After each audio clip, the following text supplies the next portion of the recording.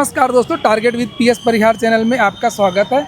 और हमारे साथ में हैं संयुक्त प्रतियोगी हुंकार मंच के अध्यक्ष संयोजक पंकज पांडे जी। उनसे हम पूछेंगे आज लेखपाल भर्ती के बारे में। आप सभी लोग जानते होंगे पंकज जी बड़े बड़े मुद्दे विद्यार्थी जीवन से संबंधित उठाते रहते हैं, चाहे वो लोक सेवा आयोग का ओटीआर में अतिरिक्त संशोधन वाली बात हो, चाहे वो वनडे वन शिफ्ट वाली बात हो, आर पेपर लीक की बात हो, और अब ये मुद्दा है करप्शन का, यूपी SSSC का मुद्दा है लेखपाल भर्ती का। अभी लेखपाल भर्ती में बहुत सारी वीडियोस वायरल हुए, आप लोगों ने देखा भी होगा। और इन्होंने एक प्रयागराज में बहुत बड़ा कैंडल मार्च भी निकाला था। तो अब आगे क्या चीज़ें चल रही पंकज जी? सबसे पहले मैं देखिए धन्यवाद देना चाहूँगा। लगातार आप लोग इस सवाल को उठाते रहते हैं और हमें लगता है कहीं ना कहीं आप ही लोग के सवाल उठाने की वजह से जो कुछ हो पाता है वो शायद उसके बाद पॉसिबल हो पाता है। साथ में एक बात बताना चाहूँगा कि जो पूरा लेखपाल प्रकरण में जो कुछ चला पूरे आंदोलन से अब तक, आपको बता दूं, ये देखिए 25 तारीख का एक पहला पत्र है जो 21 तारीख के पेपर के बाद हमने दिया। हमने जब 25 तारीख को जो पत्र दिया, उस पत्र में एक ही मांग किया पहले कि यूपी SSSC के लिए एक पृथक जांच कमेटी बना दी जाए और साथ में CCTV फुटेज को रिजर्व रखा जाए और उसकी जांच करा करके जो भी दोषी उनके खिलाफ सख्त कार्रवाई की जाए। कोई कार्रवाई नहीं। फिर उसके बाद 28 तारीख को एक मोमबत्ती का ऐलान किया जाता है, मोमबत्ती मार्च के लिए हम लोग गोविंदपुर में SBI बैंक के पास करते हैं। उसके बाद फिर हम लोगों ने 29 को किया, उसको भी आपने एकदम तरह से बड़ा आंदोलन हुआ, बड़ी मोमबत्ती मार्च हुई।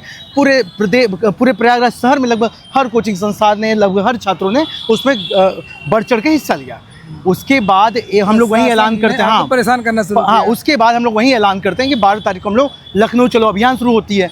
पता चलता है 30 को एक ज्ञापन हम देते हैं पुनः इसके रिमाइंडर के तौर पे राष्ट्रपति के नाम पे और मुख्यमंत्री के नाम पे। उसके बाद 1 तारीख को हम लोग को जेल भेज दिया गया।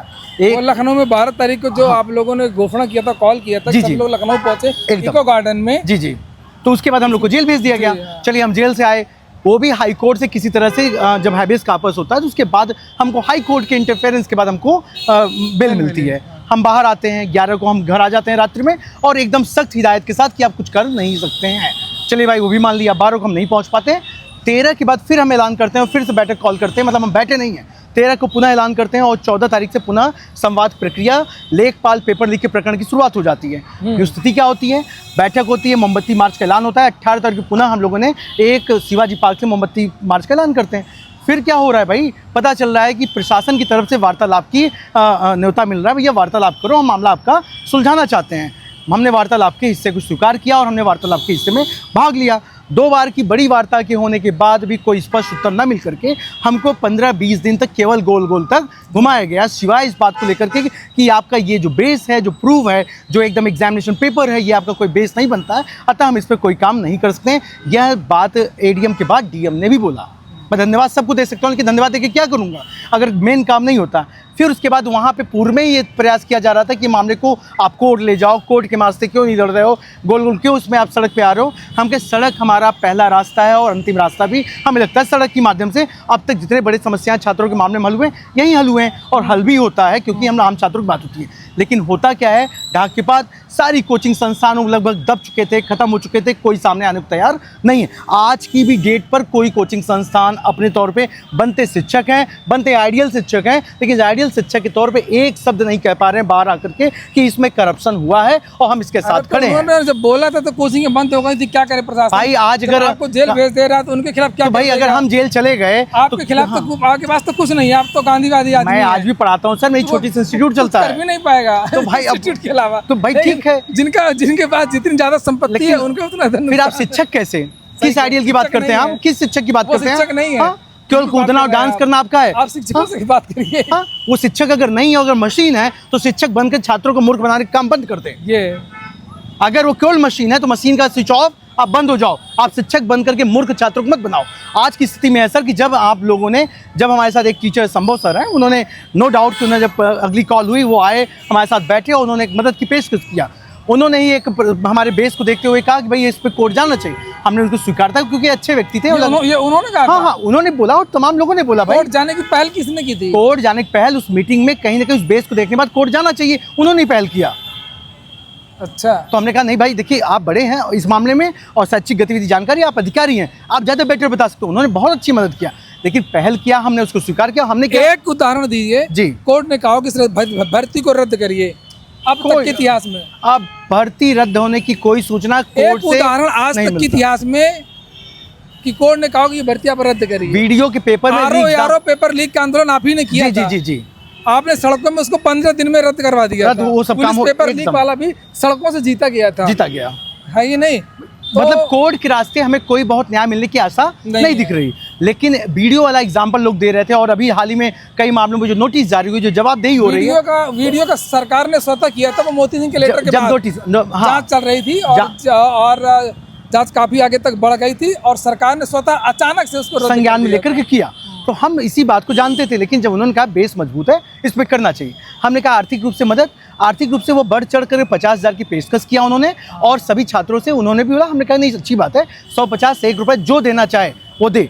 उस दिन से हमने कभी पक्षधर नहीं है कि किसी से हम आर्थिक सहायता लें और न लेने के पक्ष में थे ना है, और आगे भी हम पूरी कोशिश करते हैं, सामाजिक कार्य करते हैं, इतना सब कुछ सक्रिय रहते हैं, लेकिन कभी कोई हमने कभी पेशकश नहीं किया। हमने हमेशा कहा कि मैं अपनी इतनी सक्षम हूँ कि मैं लड़ाई लड़ लूंगा। लेकिन अंत में क्या होता है, जब पेशकश की बात हो, जब कल इस बात को लेकर के हम वीडियो डालते हैं, उसके बाद बिना बोले बिना कुछ कहे पैसा आप डाल देते हैं ग्रुप में, और फिर चारों तरफ ग्रुप में डाल दिया जाता है पैसा पंकज पांडे ने ले लिया।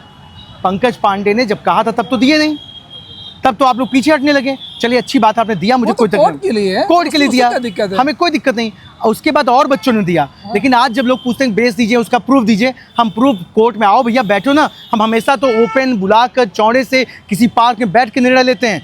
कभी हमने ये निर्णय कभी भी अपने मन से नहीं लिया कि भैया हमें ये करने जा रहे हैं। फिर भी अब स्थिति जो है, जो शिक्षक बन करके सोच रहे हैं कि शिक्षक बन करके छात्रों को मूर्ख बनाओगे, छात्रों को मूर्ख बनाने का जो पूरी धंधा चला रहे हो उसको बंद कर दीजिए, पूर्णतः बंद कर दीजिए। अगर बच्चों के इस मामले में आप खड़े नहीं हो पा रहे हो, इस भ्रष्टाचार के मामले में आज नहीं खड़े हो रहे हो, बोरिंग टेक्नीशियन के मामले में सर आपको पता है कितने पकड़ में आए, लेखपाल के मामले में कितने लोग उठाए गए, आपको ये भी पता है कि आने वाला समय जो लोअर की परीक्षा है, अगर उसमें भी यही होता है तो क्या करेंगे हम?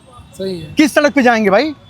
ये कोचिंग संचालक अभी तक यूपीएसआई में कर रहे तक नकल हुआ है, यही कोचिंग संचालक अब कह रहे हैं हमारे टॉपर पाएंगे हमारे यहाँ। अब हमारे यहाँ यूट्यूब पे बात कर रहे हो और डांस करके बात कर रहे हो, आप लोग मजाक समझ रखा है आप लोगों ने। फोन करने फोन नहीं उठाते हो, छोटा भाई बताते हो अपने चैनल पे और फिर कहते हो कि हम लोग काम कर रहे हैं। गांधी की नीतियों में करो मरो का भी अंतिम नारा था। गांधी की नीति में केवल ये शांति वार्ता नहीं थी। शांति वार्ता में अगली बार हम लोग सड़क पे उतर सकते हैं, उतर के हल करा सकते हैं, इतनी हिम्मत थी है और करके दिखाएंगे हम।